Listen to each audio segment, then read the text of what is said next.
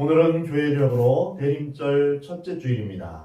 대림절은 성탄절 전 4주 동안 보내게 되는데요. 대림절의 유래는 한 나라의 왕이 특정 도시나 마을 또는 집을 방문하게 될 때 먼저 사신을 보내어서 철저히 왕을 맞을 준비를 하게 했던 것에서 시작되었습니다.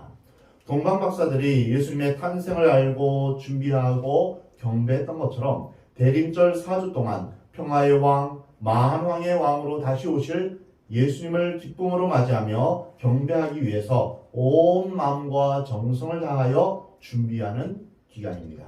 특별히 오늘부터 성탄절까지 대림절을 어떻게 보내야 할까를 생각하면서 이 땅에 오신 예수님을 묵상하며 다시 오실 예수님을 기다리는 그러한 시간이 되기를 주의 이름으로 축원합니다.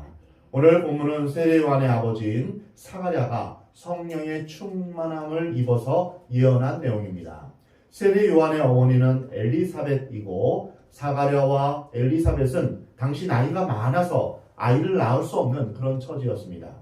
그런데 하나님께서 그 두 부부를 통해서 세례 요한을 이 세상에 보내실 계획을 하셨던 것입니다. 사가랴는 제사장이었는데 성전에 들어가서 분향할 때 가브리엘 천사가 나타났습니다. 그 천사는 사가랴에게 세례 요한이 그 둘 사이에서 태어날 것이다 라고 예언합니다. 그런데 그 두 사람은 이미 아이를 가질 수 없는 그런 나이 많은 그런 처지였기 때문에 사가랴는 천사에게 이렇게 말합니다. 이런 일이 일어날 것을 어떻게 할 수 있겠습니까? 나도 늙은 사람이고 나의 아내도 나이가 많습니다. 그때 천사 가브리엘이 이제 사가랴에게 이렇게 말합니다. 보아라, 그때가 되면 다 이루어질 것인데 내 말을 내가 믿지 않았으므로 이 일이 이루어지는 날까지 너는 말을 하지 못할 것이다. 그래서 실제로 사가랴는 그 순간부터 말을 할 수가 없었습니다. 그리고 세례 요한이 태어나서 8일이 되며 할례를 받고 이름을 정할 때 천사가 정해준 대로 요한이라는 이름을 서판에 써주면서 사가랴는 다시 말을 할 수 있게 되었습니다. 그 이후에 사가랴가 성령의 충만함을 입어서 예언한 것이 바로 오늘의 본문 말씀입니다. 오늘 본문 말씀은 사가랴가 약 10달 동안 말을 못하다가 다시 입이 열렸을 때 했던 말입니다. 오랜 시간 동안 말을 못했으니 얼마나 말을 하고 싶었겠습니까? 그가 10달 동안 참아왔던 말을 오늘 본문 내용대로 다 쏟아낸 것입니다.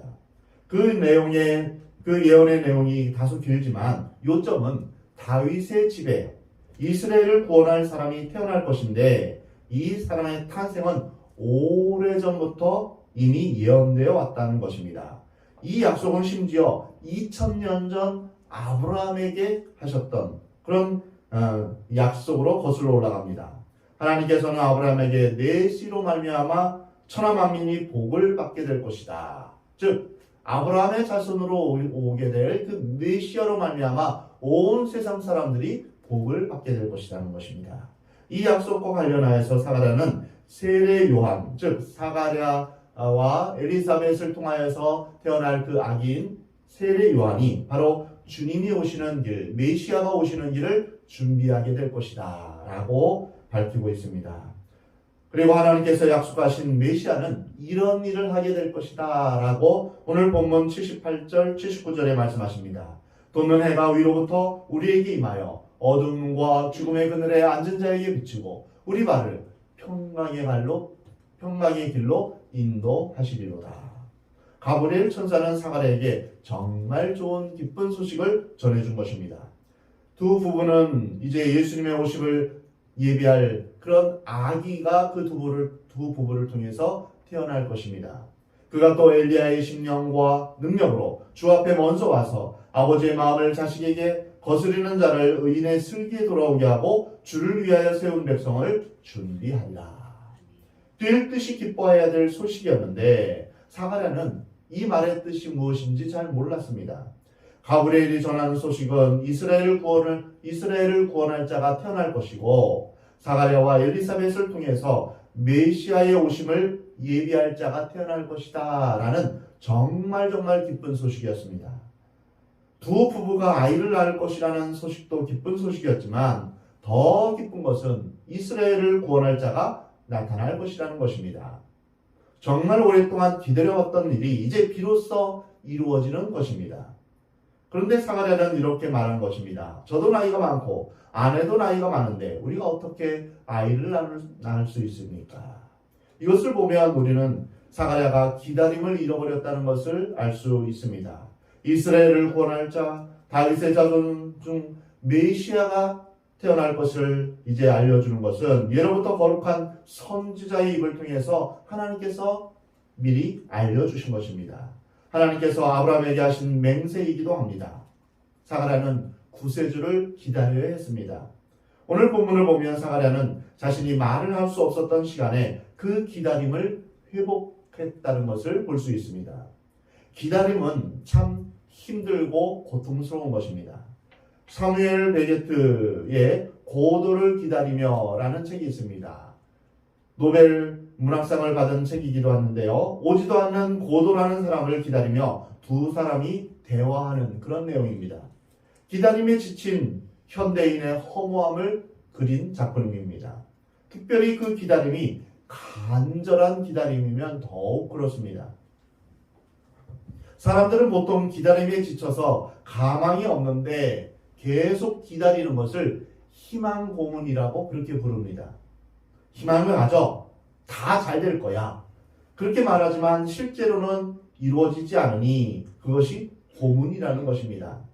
사람들은 그 기다림, 그 희망으로 인해서 더 살기 힘들기 때문에 그만 기다림을 포기하고 맙니다. 오히려 포기하면 더 살기가 수월해진다는 것이죠. 하나님께서 아브라함에게 약속하셨고 여러 선지자를 통해서 이스라엘을 구원할 자가 태어날 것이라고 예언하셨는데 많은 사람들이 기다림을 잃어버린 이유는 바로 그 기다림에 지쳤기 때문입니다. 기다리다가 언제 올까 언제 오실까 기다리다가 그만 지쳐버린 것입니다. 지칠만도 합니다. 적어도 몇백 년을 기다렸습니다. 아브라함 때부터 생각하면 2000년을 기다려온 것입니다. 이 정도면 포기할 만합니다. 하나님께서 아브라함에게 맹세하셨습니다. 아브라함의 씨를 통해 천하 만민이 복을 얻게 될 것이라고 약속하셨습니다. 그런데 언제까지 기다려야 합니까? 하나님의 백성을 구원해낼 다윗의 자손이 태어날 것이라고 선지자들이 예언했는데 수많은 사람들이 세상을 구원할 아브라함의 자손 다윗의 자손을 기다리고 또 기다리다가 결국 그 예언이 성취되는 것을 보지 못하고 죽어갔습니다. 선지자들이 나타나서 하나님의 백성을 구원할 자가 태어날 것이다 라고 예언했을 때 수많은 사람들이 희망에 부풀었습니다. 그렇다면 곧 구원자가 나타날 것이라고 생각하며 설레는 마음으로 기다렸을 것입니다. 그러나 선지자가 죽을 때 메시아를 보지 못했다면 선지자의 죽음과 함께 사람들은 기대를 접었을 것입니다. 사가랴는 제사장이었습니다. 이스라엘의 지도층에 속하는 그런 사람이었습니다. 그런데도 그는 기다림을 잃어버렸습니다. 제사장인 그가 구세주에 대한 기다리는 마음을 잃어버렸다면 평범한 유대인들은 더 말할 것도 없습니다. 사람들이 기다림을 포기하는 이유는 기다리는 것은 너무 힘들기 때문입니다. 더 간절한 마음으로 기다릴수록 그 기다림은 더 힘들어집니다. 특별히 불확실한 것을 기다리는 경우에 정말 장절한 마음으로 기다렸는데 그 기다림이 물거품이 된다면 살아갈 기운조차 잃어버릴 정도로 맥이 탁 풀려버리는 그러한 경험을 하기도 합니다. 차라리 기다리지 않았다면 실망할 일도 없을 텐데 기다림 때문에 오히려 절망에 이르게 되는 것입니다. 기다렸던 사건이 일어날 기미가 보이지 않으면 어느 순간에 그 기다림은 실망을 넘어 절망에 이르게 되는 것입니다. 살 소망이 없어지는 것이죠. 간절히 기다렸는데 그 기다리는 일이 일어나지 않을 때 절망에 빠지기도 하고 어떤 사람은 불같이 화가 나기도 합니다. 이렇게 절망에 이르거나 불같이 일어나는 화를 막기 위해서는 오히려 기다림을 멈추는 것이 더 좋을지도 모릅니다. 그래서 많은 유대인들은 일부러 기다리지 않았을 것입니다. 희망 없이 사는 것이 오히려 더 고통을 줄이는 일이기 때문입니다. 사가랴도 비슷했을 것입니다. 그래서 그는 구세주가 태어날 것을 이제 들었는데 그 소식을 듣고도 그 말이 무슨 말인지 제대로 알아차리지 못했습니다. 정말 기쁜 감격스러운 소식이었는데 그 소식은 감격하지 못하고 기뻐하지 못하고 오히려 나이 많은 것만 생각했던 것입니다. 그러나 사가랴나 유대인들이 기다림을 잃어버린 것은 옳지 않습니다. 그들은 반드시 기다리고 있어야 했습니다. 세상 사람들은 이제 아브라함의 자손, 다윗의 자손이 탄생하게 될 이 놀라운 소식, 이것은 세상 사람들이 바라는 일이고 또한 하나님도 진심으로 바라는 일입니다. 우리는 다시 오실 예수님을 기다립니다. 우리는 예수님을 기다려야 합니다. 예수님은 다시 오실 것입니다. 그런데 예수님은 언제 오실지 우리는 모릅니다. 그날과 그때는 하늘의 아버지께서만이 아십니다. 2000년 전 예수님을 따르던 사람들은 예수님이 금방 다시 오실 것이라고 생각했습니다.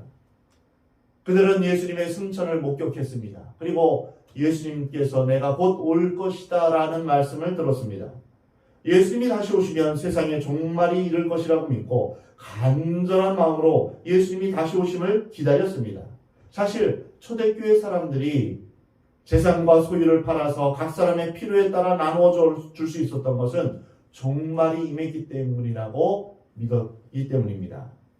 하지만 예수님이 부활하시고 승천하신 지 벌써 2000년이 되었습니다.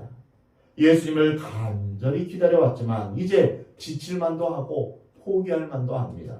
그래서 많은 사람들이 더 이상 예수님이 오심을 기다리지 않습니다. 그럼에도 불구하고 우리는 예수님을 기다려야 합니다.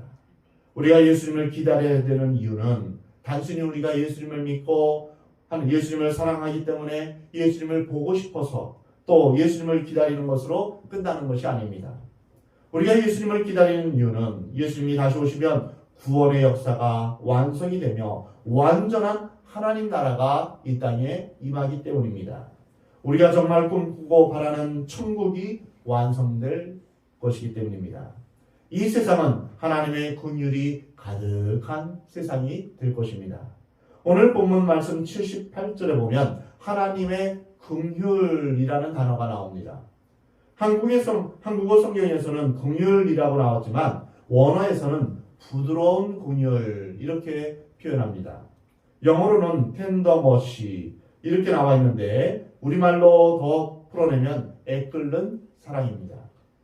영어로 부드러움이라고 번역된 단어는 우리 몸속에 있는 내장을 의미합니다. 그 중에서도 윗부분에 있는 심장, 간, 허파를 말합니다. 우리말에 애도 그런 의미죠. 애를 태우다, 애간장을 녹이다 또 이런 의미입니다. 우리가 원하는 세상이 바로 하나님의 애끓는 사랑이 임하는 세상입니다. 그래서 돋는 해가 위로부터 우리에게 임하였며 어둠과 죽음의 그늘에 앉은 자에게 비추고 우리 발을 평강의 길로 인도하는 그런 세상이 우리가 진심으로 바라는 그러한 하나님의 나라입니다. 우리가 어둠과 죽음의 그늘에 앉아있다면 우리가 앉아있는 곳에 하나님의 빛이 임한다는 기쁜 소식이 되는 것입니다. 여기서 돋는 해가 위로부터 임한다라는 것은 하나님으로부터 오는 빛을 의미합니다. 이 소식은 어둠과 죽음의 그늘에 앉아있는 자뿐 아니라 모든 사람에게 기쁜 소식입니다. 또한 우리가 바라는 세상은 평화가 넘치는 세상입니다. 우리의 원수가 없는 세상, 우리를 미워하는 사람이 없는 세상, 이것이 바로 우리가 원하는 세상입니다. 우리의 원수나 우리를 미워하는 사람과 화해하거나 더 이상 증오나 혐오가 없는 세상입니다. 마귀의 유혹도 없고 더 이상 해함이나 상함이 없고 전쟁이나 싸움이 없는 세상입니다. 살인이나 미움이 없는 세상입니다. 이런 세상이 바로 우리가 간절히 바라는 세상입니다. 우리가 예수님의 다시 오심을 기다리는 이유는 예수님이 다시 오시는 날 우리가 정말 바라는 하나님 나라가 임하기 때문입니다. 사랑하는 성도 여러분, 골짜기마다 도두어지며 산마다 언덕마다 낮아지며 고르지 아니한 곳이 평탄하게 되며 험한 곳이 평지가 되어서 여호와의 영광이 나타나고 모든 육체가 그것을 함께 보는 놀라운 사건이 일어날 것을 믿으시 바랍니다. 모든 눈물을 그 눈에서 닦아주시고 다시는 사망이 없고 애통하는 것이나 곡하는 것이나 아픈 것이 다시 있지 않는 하나님 나라가 올 것을 여러분 믿으시기 바랍니다. 그때는 하나님께서 하나님의 백성들과 친히 함께 하실 것입니다. 영원한 기쁨과 감사와 찬양이 넘치는 승리의 날입니다. 하나님의 약속은 더딘 것 같지만 더딘 것이 아닙니다. 더딘 것이 나에게 유익이 될 수도 있습니다. 아니 더딘 것이 하나님의 뜻이요 계획일 수 있습니다. 아직 주님을 알지 못하는 그 사람들에게 주의 복음을 전할 수 있는 기회이기 때문입니다. 빠르고 이른 것만 은혜라는 생각을 버려야 합니다. 당장 무엇인가를 이루려는 성급함이 우리로 하여금 이성을 잃게 만들고 감정을 격화시킵니다. 사실 대부분의 성도들은 주님을 잘 믿습니다. 은혜도 받고 약속도 받고 응답도 받습니다. 그런데 문제는 그 약속과 응답을 기다리는데 많이 실패합니다. 기다리는 동안 문제가 생겨서 믿음이 변질되고 신앙이 흔들리는 것입니다. 그리고 시험에 들어서 방황합니다. 모두가 하나같이 성급하기 때문입니다. 사도행전 1장 4절에서 예수님은 이렇게 말씀하셨습니다. 예루살렘을 떠나지 말고 내게서 들은 바 아버지께서 약속하신 것을 기다리라. 주님께서 부활하신 후에 부활을 목격한 성도들에게 예루살렘을 떠나지 말고 성령의 임하심을 기다리라 라고 말씀하신 것입니다.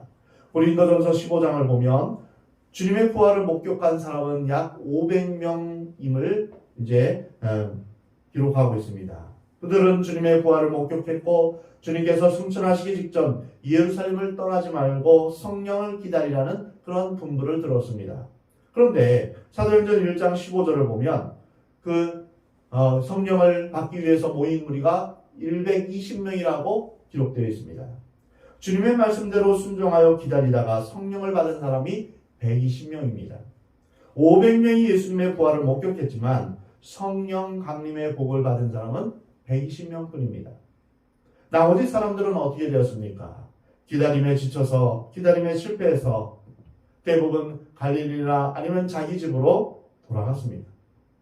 그들은 주님의 부활을 직접 목격하는 큰 은혜를 받았지만 안타깝게도 끝까지 기다리지 못했던 것입니다.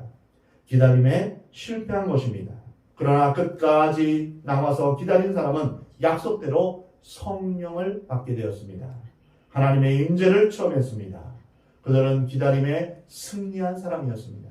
시편 40편 1절에서 내가 여호와를 기다리고 기다렸더니 귀를 기울이사 나의 부르짖음을 들으셨도다. 그렇습니다.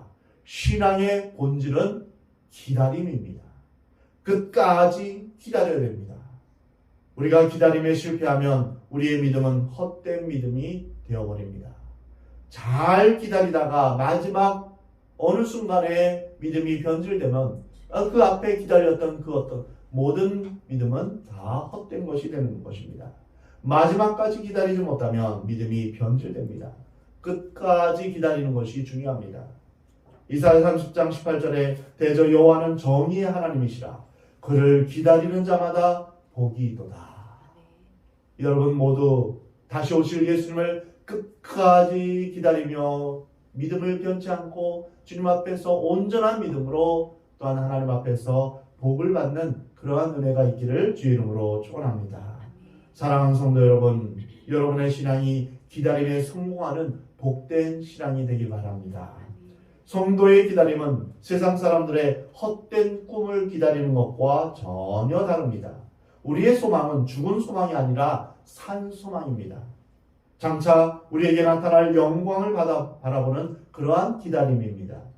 그러기에 우리의 기다림은 확실하게 보장된 미래의 기다림입니다. 그러면 어느 때까지 기다려야 될까요? 기다릴 수 없는 상황에서도 끝까지 기다리며 사는 사람은 위대한 사람입니다. 우리에게 어떤 고난과 환난과 핍박과 어려움이 있더라도 예수 그리스도를 향한 그 믿음만큼은 변치 않으시길 바랍니다. 끝이 안 보이는 기다림 속에서도 절망하지 않는 사람은 마지막에 승리하게 됩니다. 욥과 같이 다니엘과 같이 하나님의 약속을 굳게 믿으며 끝까지 승리하는 여러분 되시기 바랍니다. 하나님은 기다림을 통해서 질그릇을 금그릇 되게 하십니다. 성숙한 믿음이란 잘 기다리게 하는 그러한 힘이 있습니다. 뿌리 깊은 영성이란 기다림의 영성입니다. 그러므로 기다림의 실패는 인생의 실패가 되며 인생의 실패의 원인 중 하나는 조급함에 있습니다. 우리는 이때까지 하나님 해주세요 라고 하지만 하나님은 하나님의 때와 하나님의 방법이 있습니다. 그래서 우리는 하나님의 때를 기다려야 하는 것입니다. 사실 신구약 성경을 보면 기다림의 책입니다. 소망의 책입니다. 구약은 오실 메시아를 기다리는 소망의 말씀이라면 신약은 메시아 즉 예수 그리스도의 오셨음을 증언하면서 다시 오실 주님을 기다리는 그러한 소망의 말씀입니다. 성경은 기다림의 소망이 있는 사람에게 힘이 되고 위로가 되는 말씀입니다. 오늘부터 시작되는 대림절은 이 땅에 오셨던 주님을 기억하고 앞으로 다시 오실 주님을 대망하는 기다리는 그러한 절기입니다. 2000년 전 이 땅에 오셨던 예수님은 우리를 구원하시기 위해 온 세상에 구원의 큰 기쁨을 가져다 주시는 하나님이십니다. 이 세상의 역사는 자신이 만드신 이 세상과 자신의 백성들을 되찾기 위해 오신 사랑의 여정이며 하나님의 사랑의 이야기입니다. 금년에도 성탄절이 다가옵니다. 여러분은 어떤 마음으로 성탄절을 기다리십니까? 예수님은 우리의 왕으로 오셔서 우리의 온갖 죄악으로부터 우리를 해방시키시기 위해 오셨습니다. 예수님은 우리에게 평화의 왕으로 오셨습니다. 우리도 예수님처럼 하나님의 평화를 전해야 할 사명이 있는 것입니다. 성탄절을 앞두고 대림절을 맞은 우리는 또한 하나님의 뜻을 기다려야 합니다. 하나님 아버지의 뜻이 어디에 있든지 기도하며 하나님의 뜻을 분별하며 그 뜻을 기다려야 합니다. 하나님의 뜻을 분별하기 위해서는 우리는 기도의 자리에 나와야 합니다. 여러분, 은혜로운 금요기도에 여러분을 초대합니다. 그곳에서 하나님 앞에 기도하며 하나님의 뜻을 분별하고 간절한 마음으로 우리가 성령 충만하여 성령의 기름 부으심으로 말미암아 슬기로운 다섯처럼 예수님의 오심을 준비하는 여러분 되시기를 주의 이름으로 축원합니다. 만약 하나님의 뜻이 늦어진다면 나의 뜻이 아닌 하나님의 뜻이 있기 때문입니다. 하나님의 뜻을 기다리면 인간의 생각과 너무 다릅니다. 우리는 기다리되 하나님의 뜻을 기다려야 합니다. 이것이 우리가 살 길입니다. 내 뜻이 이루어지기를 기다리면 조급함에 빠지고 합니다. 절망하기 마련입니다. 실망하기 마련입니다. 사랑하는 성도 여러분, 신앙은 기다림입니다. 기다림은 성숙입니다. 기다림은 인격입니다. 노아는 120년 동안 하나님의 뜻이 성취되기를 기다렸습니다. 기다림이 없었더라면 하나님의 뜻도 나타날 수 없었습니다. 지금도 하나님은 우리의 기다림을 하나님의 뜻을 나타나는 데 사용하십니다. 그래서 우리가 주님 안에서 하나님의 뜻을 기다릴 때 우리를 통하여서 하나님의 나라가 임하는 줄을 믿으시기 바랍니다. 우리가 기다려야 하나님의 뜻이 나타납니다. 괴테는 서두르지 않는다. 그러나 쉬지도 않는다. 이렇게 말했습니다. 사랑하는 성도 여러분, 서두르지 말고 잘 기다립시다. 그렇다고 쉬지도 맙시다. 기다리는 것은 가만히 있는 것이 아닙니다. 기다리는 것은 시간을 허비하는 것도 아닙니다. 기다리는 것은 자신의 일에 최선을 다하고 결과를 주님 앞에 맡기는 것입니다. 이러한 믿음과 소망으로 대림절을 보내시는 저와 여러분이 되기를 주 이름으로 축원합니다. 우리 주님은 말씀하십니다. 여호와 앞에 잠잠하고 참고 기다리라. 자기 길이 형통하며 악한 꾀를 이루는 자 때문에 불평하지 말지어다. 분을 고치고 노를 버리며 불평하지 말라. 오히려 악을 만들 뿐이라. 진실로 악을 행하는 자들은 끊어질 것이나 여호와를 소망하는 자들은 땅을 차지하리로다. 아멘. 대림절을 맞이하여 하나님의 나라를 기다리는 여러분 되시기를 주의 이름으로 축원합니다. 우리의 삶은 무엇을 소망하느냐, 무엇을 기다리느냐에 따라서 우리의 가치관, 우리의 목적, 우리의 삶의 태도가 완전히 바뀝니다. 내가 진실로 속히 오리라 하신 주님의 말씀을 기억하며 아멘 주 예수여 오시옵소서 이렇게 주님 앞에 고백하며 다시 오실 예수님을 기다리는 여러분 되시기 바랍니다.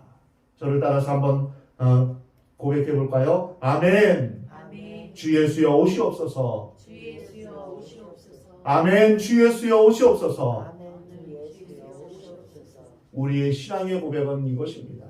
예수님께서 다시 오실 것을 우리가 기다리며 마지막에 하나님 나라에서 우리가 기쁨으로 예수님과 만나며 서로 기쁨으로 만나게 되는 우리가 되기를 우리 하나님은 원하십니다.